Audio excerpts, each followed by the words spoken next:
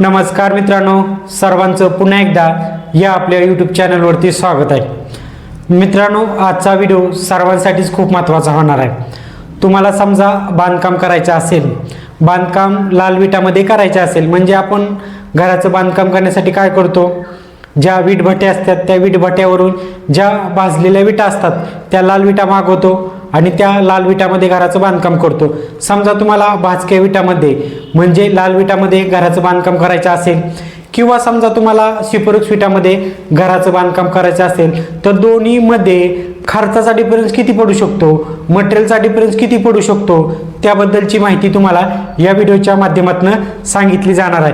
मित्रांनो, समजा तुम्हाला नवीनची बांधकामामध्ये एक भिंत बांधायची आहे। मित्रांनो, तुम्हाला या व्हिडिओच्या माध्यमातून एका भिंतीचा टोटल हिशोब सांगितला जाणार आहे।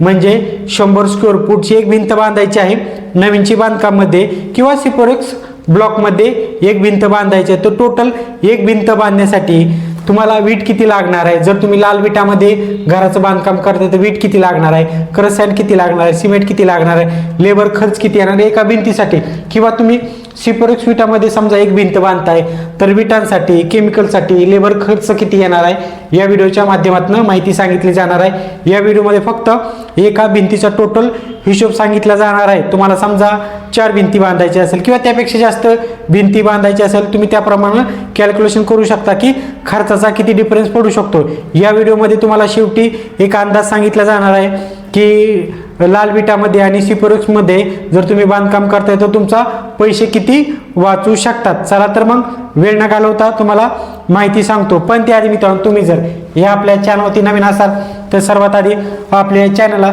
सबस्क्राईब करायला अजिबात विसरू नका। आपल्या चॅनलवरती कन्स्ट्रक्शन विषय आणि वास्तुशास्त्र विषय सुद्धा माहिती मिळत असते, त्यामुळे सबस्क्राईब करायला विसरू नका। मित्रांनो, टोटल समजा तुम्ही नवीनची बांधकाममध्ये लाल विटामध्ये तुम्हाला बांधकाम करायचे आहे, म्हणजे भाजके विटामध्ये जर तुम्हाला बांधकाम करायचे आहे तर विटा किती लागणार आहेत, टोटल 950 तुम्हाला नग विटा लागणार आहेत। समजले, 950।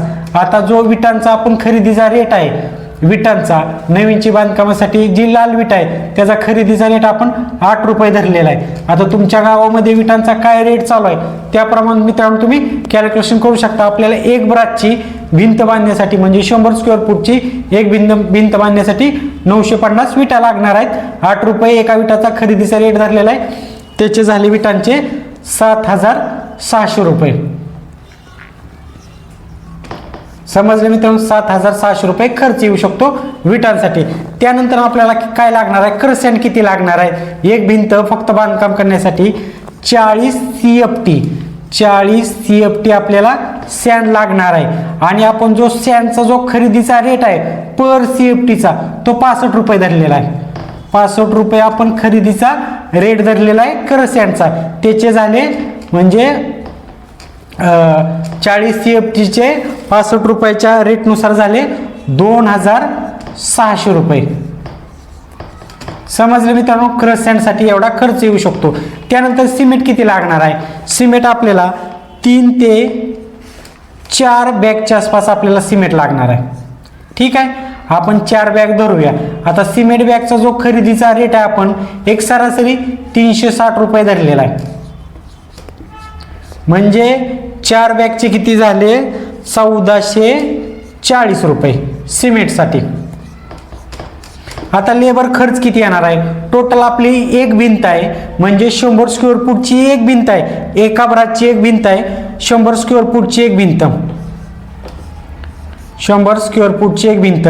मित्रांनो, लेबर रेट जो आहे आपण 25 रुपये पर स्क्वेअर फूट धरलेला आहे नवीनची बांधकाम करण्यासाठी, 25 रुपये पर स्क्वेअर फूट।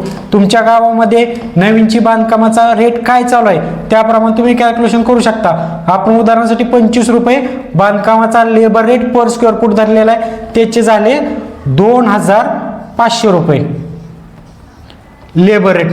समजले मित्रांनो, आता तुम्हाला जर टोटल हिशोब जर काढला तर एका भिंतीचा अंदाज मिळणार आहे।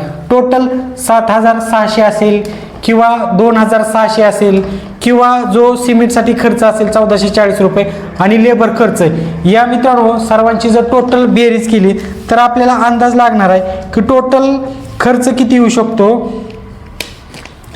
14,140 रुपये।